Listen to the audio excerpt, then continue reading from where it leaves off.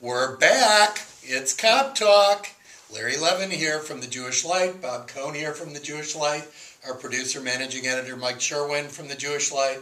We're going to talk about lots of good stuff today. Bob, you wrote in The Light about comparisons between Vladimir Putin and Adolf Hitler.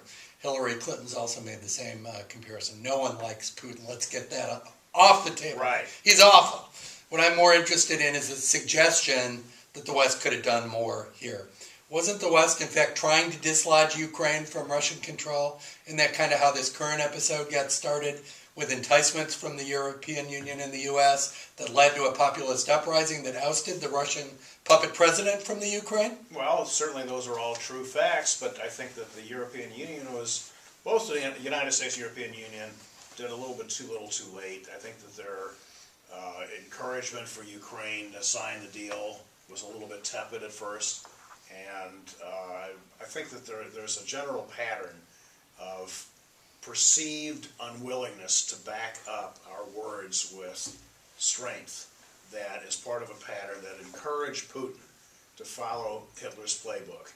And a big success of the Sochi Olympics, just like Hitler had a big propaganda coup at the 1936 Olympics, and then he marches into the Rhineland. Putin a few years ago, under George Bush, this is not all on Obama's plate, marched into two areas in the Republic of Georgia, clear violation of international law. Right. He was allowed to get away with it. Right. Now he saw an opportunity to make this land grab. I'm just not sure that I agree that there's a lot more that could have been done. There's a lot of stuff being laid at Obama's feet that Putin did this because Obama is perceived as weak. I think Putin is Putin, and he's going to do what he thinks is in the best interest of Russia. When I think about the Ukraine and Crimea, I wonder about whether or not those who are considering chessboards internationally are saying, okay, we got this puppet guy out of leadership in the Ukraine. Russia's had its eyes on restoring its Black Sea control in Crimea.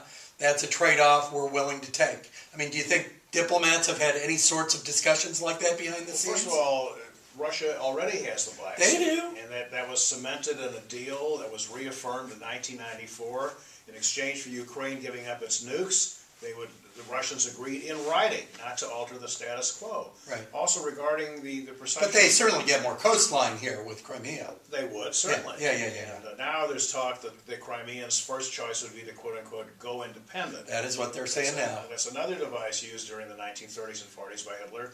Croatia was a puppet quote-unquote independent state. So, and again, this can be overdone.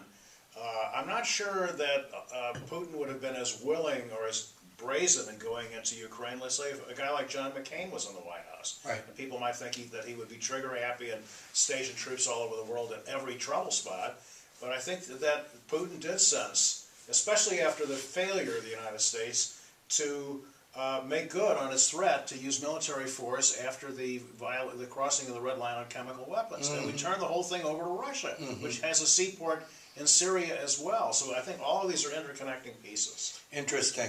What happens if Ukraine's populist movement continues to drift further and further toward the West? What does Putin do then? Well, the ingredients are really there, and the Russians moved into a military enclave in Crimea. They covet, or Putin does at least, areas of Ukraine that have a Russian-speaking, a Russian ethnic majority. Yeah, this is not an area of the world that has been consistently under one sovereign control, is it? I mean, exactly. It has moved back and forth. But apparently there are Russian-speaking majority pockets throughout Eastern Europe. There are. If that's a pretext or a basis for going in militarily and altering borders, that's serious business. Now, we've seen lots of different viewpoints on whether Jews overall in Crimea are better off under Ukrainian control or Russian control. Talk about that a little bit. It's very confusing. You and I have made a real strenuous effort with JTA, the New York Times, Wall Street, differing perspectives. Obviously, the people who live under the control of a given person. I will start off by saying, as bad as Putin is, and one of the things that I should have included in my article, I might add it as the email version of it, is that he has been protective of the Jews. Putin has not had a record of anti-Semitism. If anything, is on the philo-Semitic side. Right. And so it's understandable that people under his jurisdiction would come to his defense. We had a former employee of the Jewish Light who surprised me by her strong opposition to the ouster of Yanukovych and her support of what the Russians were doing. Although we have leading rabbis in the Ukraine who say, the hardcore rightists who were showing their anti-Semitic flags have seemed to back down, recognizing that in order to continue to assert Ukrainian independence, there has to be more solidarity on behalf of all Ukrainians. Yes. So we've seen a little bit more on the Ukrainian side where leading Jews have said, we're fine here, right? Yeah. My own mother's family, my mother was born in Ukraine, and so it has a long and storied Jewish history.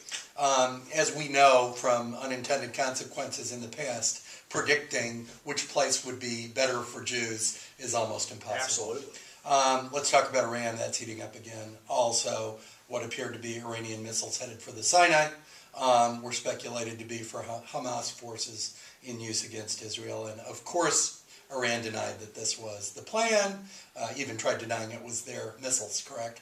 Yes. So Bibi Netanyahu and others have said that, once again, the Iranians can't be trusted, and this would spill over into the nuclear talks. I've mentioned to you that as loathsome as I feel Iran is, just like you, they may have different self-interest issues related to whether they stay at the table and are interested in talking about a nuclear deal. Your thoughts? Well, there was a paperback during the height of the Cold War called "You Can Trust the Russians to Be Russians." Yeah, right. And there's certain ingrained behavioral aspects of nations. The Iranians, I don't think, can be trusted. Mm-hmm. That doesn't mean that you can't, negotiate with them or to try to defuse a crisis. You've talked about them being rational before, from their own perspective. I believe that behaviorally they're rational. Rhetorically, they're wild-eyed fanatics. Mm-hmm. And Ahmadinejad was off the charts. At least Rouhani is more restrained. Now, Bibi considers him, a wolf in sheep's clothing, right, whereas Ahmadinejad was a wolf in wolf's clothing. Right. I think that this attempted missile delivery to Hamas, right, which is dedicated to the destruction of Israel, which is listed by our State Department, right, as a terrorist organization, is proof that this regime cannot be trusted. I just think it's proof that they're stupid, and I'll tell you why I think they're stupid. It's because it's going to destabilize the likelihood that they can reach any sort of deal, which increases the likelihood that sanctions are going to be back on the table. I am totally convinced, regardless of what's going on in Congress and the accusations of the administration not being tough enough, totally convinced that if the negotiations with Iran don't work, sanctions, as tough or tougher, are going to be back on the table.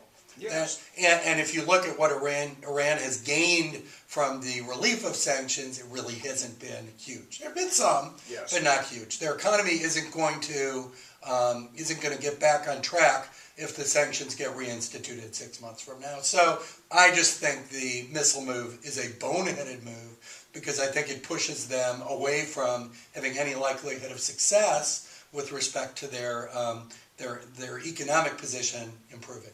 And, who might be behind this latest move? Are there elements that Rouhani and even the Supreme don't control? Can't control? No, that's exactly. Revolutionary Guard, yeah. Revolutionary Guards. Yeah, no, that's right. So let's talk about semi-domestic issues, the CIA. So the CIA has now even lost its most significant ally in the Senate, Dianne Feinstein, who's now convinced the CIA was spying on the Senate Intelligence Committee regarding the investigation of the agency. And John Brennan, the spy chief, denies it. But if it's proven true, what does that mean about the future of the agency and about the intelligence community, especially when you combine it with all the issues with the NSA and domestic spying? When you talk about intelligence community, it become an ultimate oxymoron. Remember the old Mad magazine, Spy versus Spy? Yeah. But what's really going to happen, do you think? Well, I think there's certainly going to be another hit to the strength of reliability of the CIA. And there could be criminal charges. There also could be some criminal charges filed against some of the Senate staffers who staff Feinstein's committee. Right. That's how this thing really started. Correct. So it's not just a one-dimensional, it's not all on the CIA. Right. So we'll have to see how that all plays out. And now real quickly, coming back closer to home, Missouri is now in the national spotlight, and not in a pleasant way, as anti-abortion forces have kind of descended on Missouri. And now we have no less than 26 bills in the Missouri legislature affecting the right of women to choose. So your thoughts on this? You know, if Al Cap were still living and he had the idea of Senator Jack S. Fogbaum multiplied to all 60 or 70 of the people in our legislature who continuously bring up these ridiculous and pointless bills. We're already beyond being the laughingstock of the country. And unless something is about guns or preventing abortion or some other kind of draconian move, this legislature doesn't do anything. And while I'd like to comment on that, all I can really say is I agree with him. That's all we have time for on Kop Talk. Thank you, Bob. Thanks to our producer and managing editor, Mike Sherwin. We'll be back with you soon. Take care.